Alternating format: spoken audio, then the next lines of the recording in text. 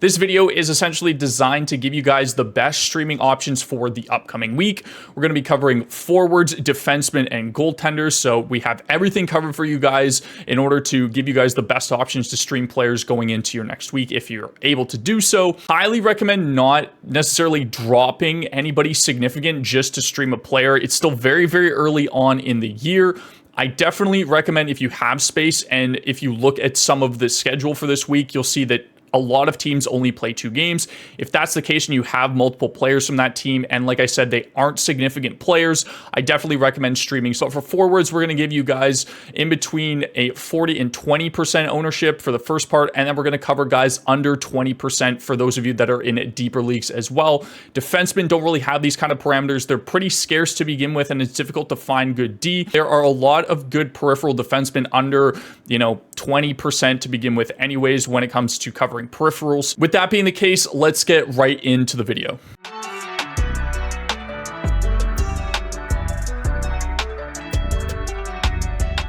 Taking a look at the schedule for week 2, there are a lot of teams that play on the 3 main nights, which we'll get to, which is the worst schedule. But there's a handful of teams that play 4 games this week, and 2 of them have 3 off nights. So Detroit and Calgary are very, very good options. Arizona is solid as well too. They do play 4 games, but they only have 1 off night. And there are a couple teams that have 3 games, but 2 off nights in Columbus and Washington. So we want to target these players, especially if we have some players from the worst schedule, which we'll cover in a second, that we're able to kind of drop and pick up better streaming options. Looking at the worst schedule, the main nights are the Tuesday, Thursday, and Saturday, which is typically what it's like in the NHL to begin with. Both St. Louis and Montreal play 2 games this week, and they're both on busy nights. So you want to avoid streaming these players if possible. Same thing with Ottawa and Pittsburgh. They only have 1 off night, which you could stream 1 player for 1 game, but I don't recommend it. New Jersey is interesting because they play 2 games, but they have 2 off nights for both their games this week. If you have Devils players to begin with, you likely aren't going to be dropping these guys anyways, but for the most part, you want to avoid these 5 teams when it comes to streaming somebody for this week. Starting off our forward streams, and for those of you that skip the intro, I'm going to do 2 sets of forward streams in between 40 and 20% for those of you that are in, those 12 to 10 team leagues where there's going to be more players available. And I will also cover forwards under 20% for those of you that are in deeper leagues. Up first is Lucas Raymond of the Detroit Red Wings. They have a very, very good schedule, 3 off nights, 1 busy night. He is dual eligible and has been moved up to line 1 to play with Alex DeBrincat and Dylan Larkin. This is a great streaming option for you guys this week, and honestly a player that I recommend that you roster on your team just in general. If he ends up staying on that top line, he's going to get a lot of points, and we have him poised for a big breakout this year, especially playing with DeBrincat. Raymond is a very good playmaker and should see his point totals jump up. He did have a little bit of a slump last season, but I definitely think he's going to turn it around, especially with Detroit being better offensively. In those 2 games that they've played so far in the season, Raymond has a goal, 6 shots, and 2 hits. Boone Jenner has been absolutely lights out for Columbus to start things off. He's playing with Johnny Gaudreau. I definitely recommend you pick this guy up just in general. Very similar to Raymond. He's 39% owned. He's got 4 points in 2 games. 7 shots on goal, 4 hits, 4 blocks. He's an absolute peripherals machine. I'm anticipating his ownership is going to skyrocket in the next couple weeks. He's also very, very good when it comes to faceoff wins, if you guys count faceoffs in your league. I know that's a pretty unique stat, but Jenner has been absolutely lights out, like I said, for Columbus. Playing line 2 with Gaudreau and Marchenko, as well as he's power play 1, so I definitely recommend you grab this guy while he's available to you. Andrew Mangiapane is 38% owned. He has 4 points in his last 2 games and is somebody that we recommended that you guys pick up instead of Igor Sharangovich, who we initially thought was going to be line 1 in Calgary, but they ended up putting Mangiapane there. He's had a really hot start to the season. He's playing line 1 as well as power play 2. Even if he plays around 16, 17 minutes, he's still going to produce with that line. Has a power play point already, has 3 shots in 2 games. The shot volume's kind of low, but it's still very early on in the season, and he's had a really hot start production-wise. He's also a great streaming option for this week as well. 3 off nights, 1 busy night.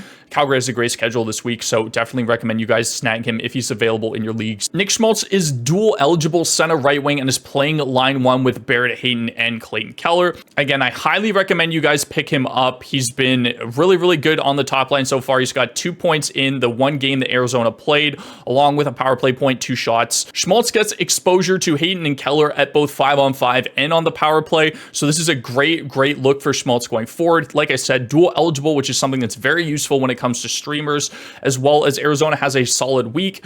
2 off games, but again, 2 busy nights. I think Schmaltz is a great option, not only if it's just a stream option, but in general as well too, if he manages to stay power play 1, line 1, which it looks like it's going to be exactly as it was last season, as the top line being Keller, Schmaltz, and Barrett Hayton. Speaking of Barrett Hayton, he's somebody that I was absolutely shocked to see is only 14% owned. He had a very good second half of the season last year. He played over 20 minutes in game 1, had 4 shots, 9 face-off wins, and a block.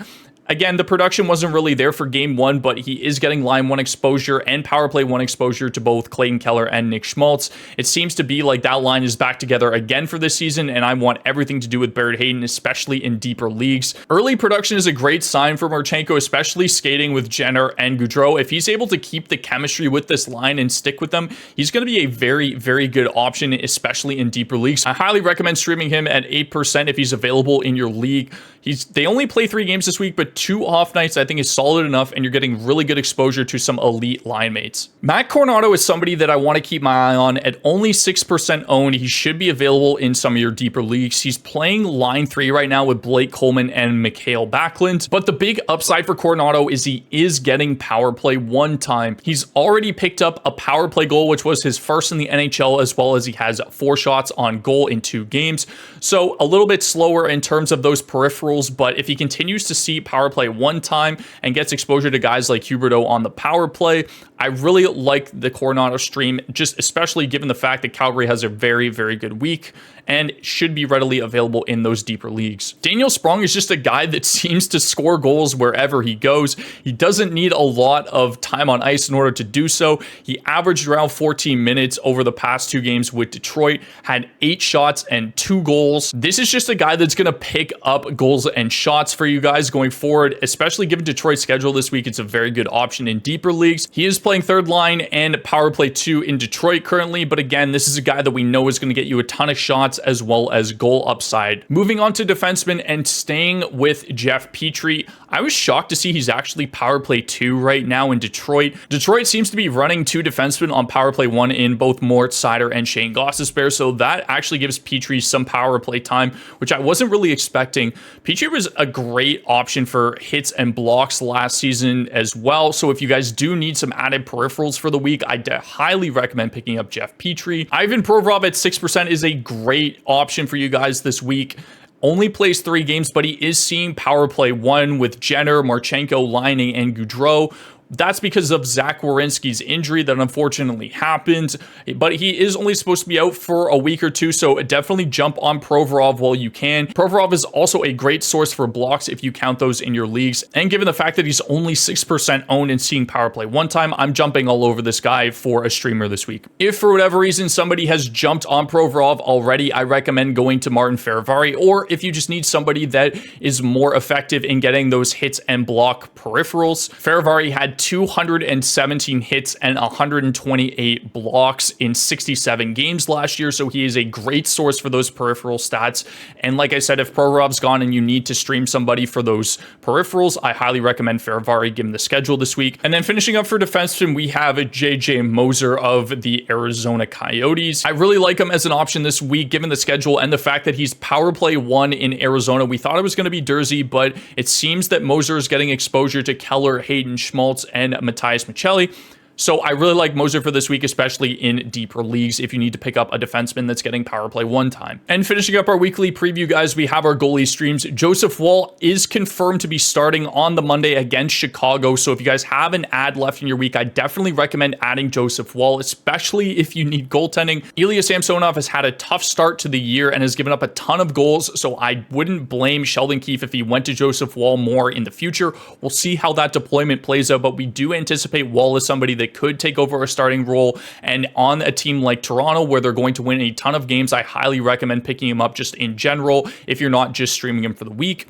And then the 3 other goalie options available for you guys are back-to-back. The Islanders are getting Buffalo on the 21st, so you should see Semyon Varlamov play in that game. The Detroit Red Wings are going to get Calgary on the 22nd at the end of the week, so James Reimer should start that game as well. And then Daniel Vladar will get Columbus on the 20th in the middle of the week for you guys.